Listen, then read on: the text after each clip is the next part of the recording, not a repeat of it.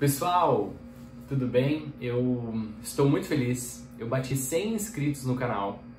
Então eu vou gravar esse vídeo em comemoração a esses 100 inscritos. E eu peço, se você não é inscrito ainda, se inscreva no canal.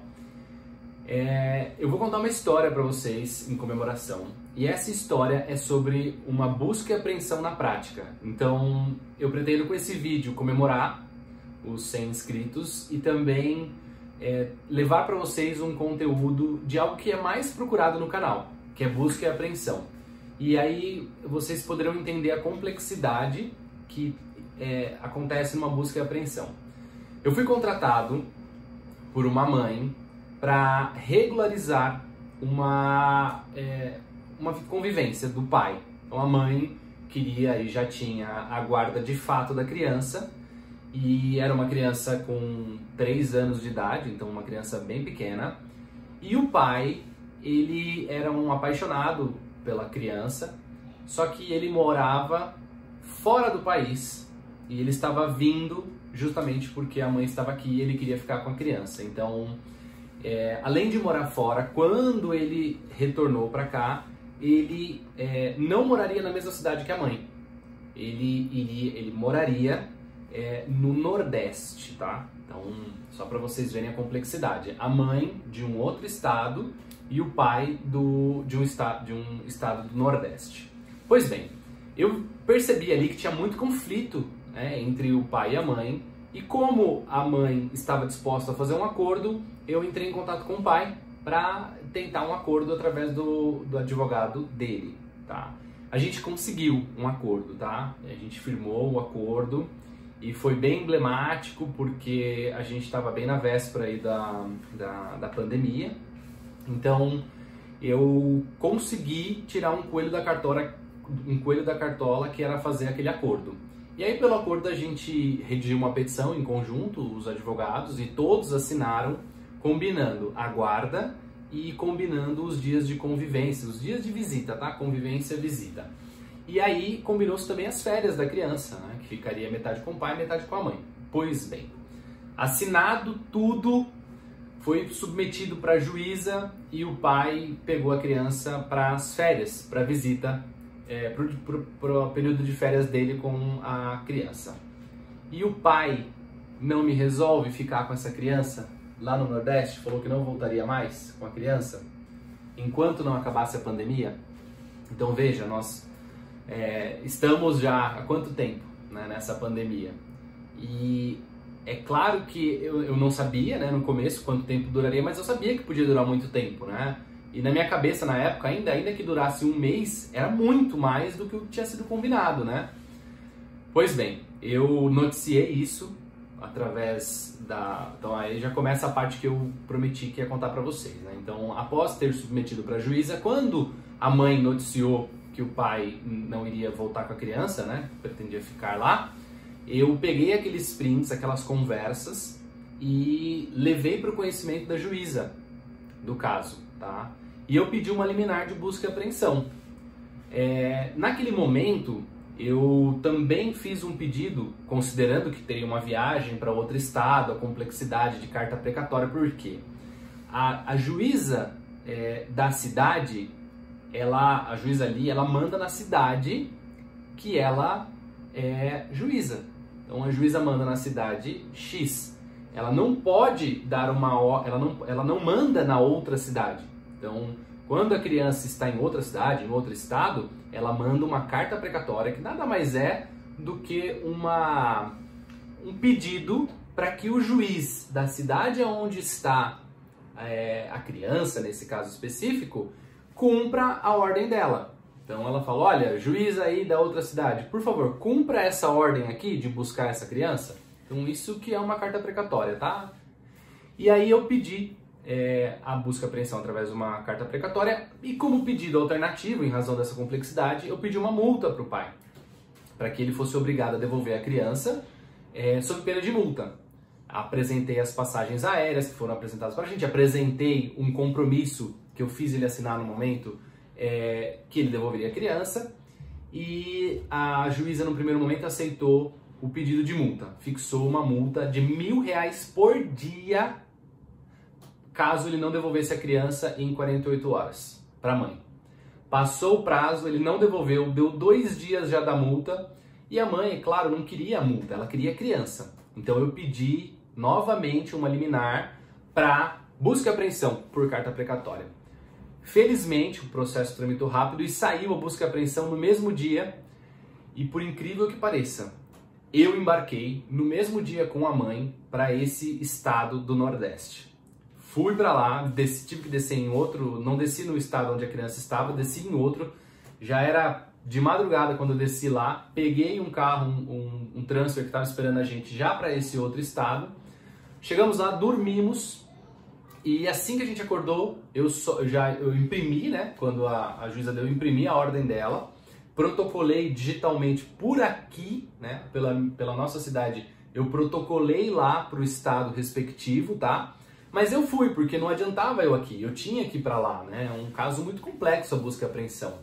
E aqui já fica também uma explicação que cada busca e apreensão, ela transcorre de uma determinada maneira.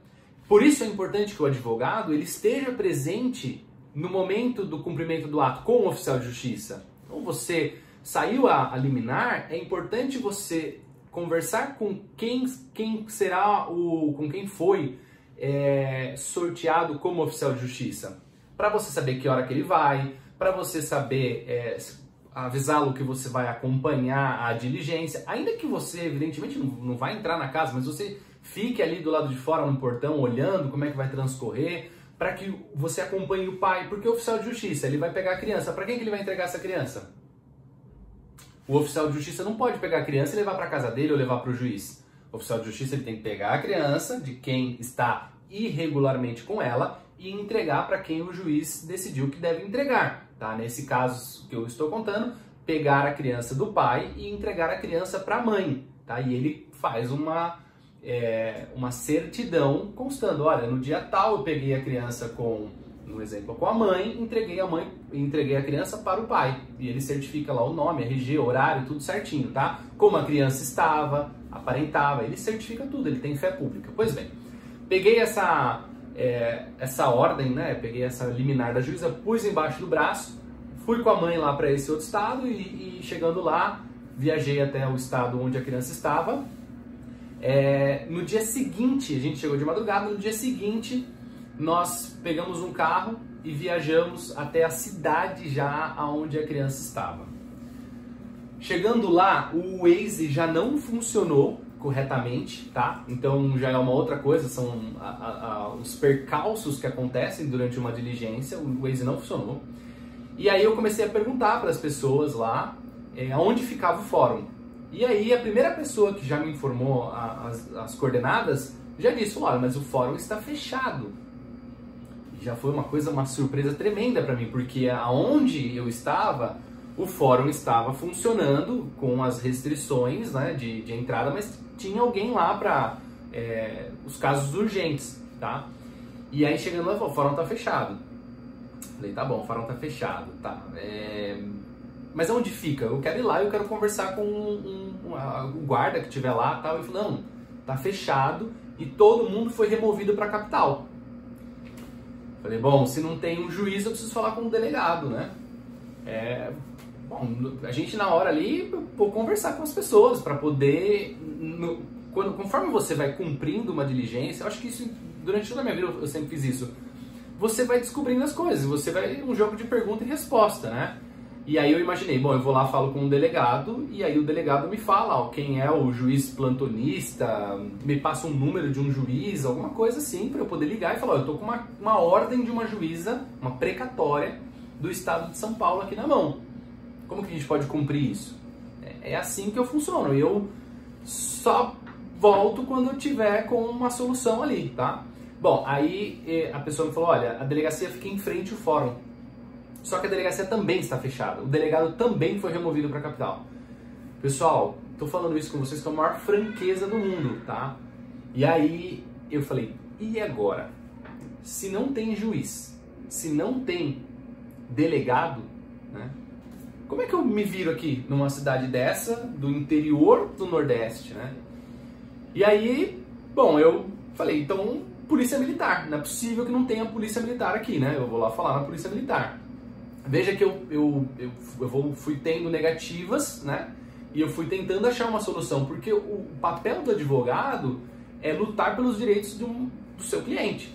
Então, lutar pelos direitos do seu cliente significa resolver um problema. Então, tem que resolver. De um jeito ou de outro, você vai ter que solucionar o problema dentro dos limites da lei para que isso transcorra da melhor forma possível. Chegando, aí a pessoa me passou onde era a polícia militar estava funcionando. Chegando lá na polícia militar, eu apresentei a ordem da juíza do outro estado.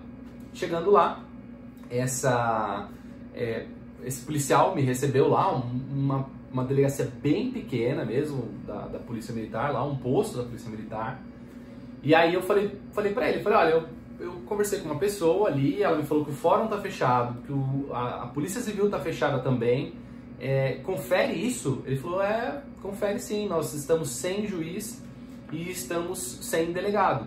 Eles foram removidos para a capital, o senhor tem que ir para a capital.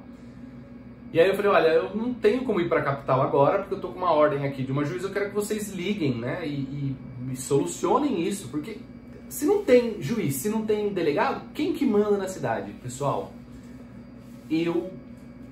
Olha, com a maior franqueza para vocês do mundo, o policial militar me respondeu, falou, olha, quem manda na cidade é o padre e a tenente.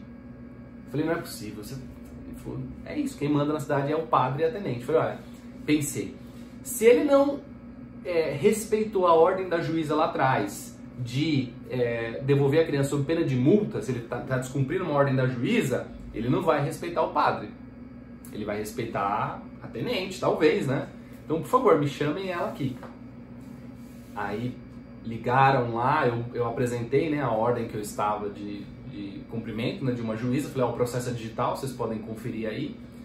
E aí, a tenente chegando lá, né, na delegacia, ela leu a carta, ela, a partir daí, fez as ligações que ela tinha que fazer, ela entrou em contato com ela tem, né, o comando dela lá, ela entrou em contato com o comando, por sua vez, entrou em contato com o juiz que estava responsável pela cidade, mas estava lá na capital, e esse juiz de lá deferiu a ordem daquele processo que eu entrei aqui para busca e apreensão. E aí a gente conseguiu o cumprimento da busca e apreensão, foi designado um oficial de justiça, e nós fomos oficial de justiça, tenente, eu e a mãe da criança, com reforço policial, porque a gente sabia que o pai ele iria dar trabalho, né? O pai se dizia um conhecedor da lei, que ele tinha os direitos dele. Chegamos lá, era um condomínio fechado, chegamos lá nesse condomínio fechado, pedimos para que fosse feito o cerco para que ninguém saísse, né, e não fosse avisado também a nossa entrada no condomínio. Foi fechada a saída lá. Na verdade, foi feito um controle da saída com o carro da polícia lá. E nós fomos. Chegando lá, foi uma surpresa que o pai da criança quase caiu da rede que ele estava lá. Foi realmente uma situação bastante complicada. Por isso que eu já gravei outros vídeos falando que deve ser evitado a todo custo a busca e apreensão. Mas tem horas que não tem jeito, tá? E a criança vivencia tudo aquilo, é muito ruim, porque tem, né, o carro da polícia, os ânimos se exaltam na hora lá de uma forma muito complicada. E aí tem que ter muita conversa. O oficial de justiça e a tenente foram muito, muito, muito habilidosos. Muito, porque o pai estava estarrecido. Eu acompanhei toda a diligência, fui impedido de entrar na casa e respeitei isso, fiquei do lado de fora ali. A mãe pôde entrar, pegou a criança, tudo foi certificado e nós conseguimos voltar com a criança. Mas vejam, todo o trâmite, isso eu contando agora parece fácil, mas não foi nada fácil, desde conseguir uma passagem, desde conseguir a liminar, foi tudo muito trabalhoso, dependeu tudo da movimentação nossa, de nós irmos atrás, de nós buscarmos. E eu sei que tem colegas advogados que muitas vezes não conseguem sequer achar a criança, mas a gente não pode desistir de lutar, a gente tem que lutar até o fim, a gente tem que usar todos os mecanismos que a justiça tem para nos oferecer, que a lei nos oferece. A gente tem que despachar com os juízes quando os casos são urgentes, a gente tem que ligar no cartório para falar com as pessoas que ficam ali, os serventuários, para que agilizem os casos urgentes, a gente tem que conversar com o oficial de justiça para acompanhar essas diligências, porque nós estamos realmente sendo a voz da mãe, a voz do pai que está em busca dessa criança e representamos a última esperança em muitos casos, tá? Então, este é um caso que eu queria contar para vocês verem a complexidade. Como eu disse, eu resumi muito para esses 15 minutos de vídeo, mas tem muita informação, tem que reunir provas, você tem que conversar com todo mundo, pôr a barriga ali no balcão, como a gente falava antigamente, quando os processos eram físicos, e a gente movimentar, porque se nós advogados não movimentarmos, infelizmente, os processos, eles tendem a não ir para frente, tá? Porque o direito, ele não tutela a desídia e a incompetência. Temos que ser muito competentes e temos que buscar, temos que batalhar, senão a própria lei diz, né, que a parte é responsável pelo ato processual, pela marcha processual, é responsável por dar seguimento ao processo. Então é isso, é um vídeo que eu queria gravar, eu fiz questão de gravar para mostrar para vocês na prática como é que funciona e para vocês entenderem que depende da gente movimentar, a gente correr atrás, a gente ir atrás de tudo, tá? Então curtam esse vídeo se puderem, compartilhem, deixem os comentários, contribuam com o canal, eu agradeço a todo mundo que faz pergunta, a todo mundo que comenta e dá like e encaminha esse vídeo para a gente poder melhorar o canal e melhorar a advocacia como um todo e ajudar todos os colegas que advogam e muitas vezes são a última esperança das mães e dos pais que estão sem os filhos aí, tá bom? Um abraço a todos, até o próximo vídeo. Tchau!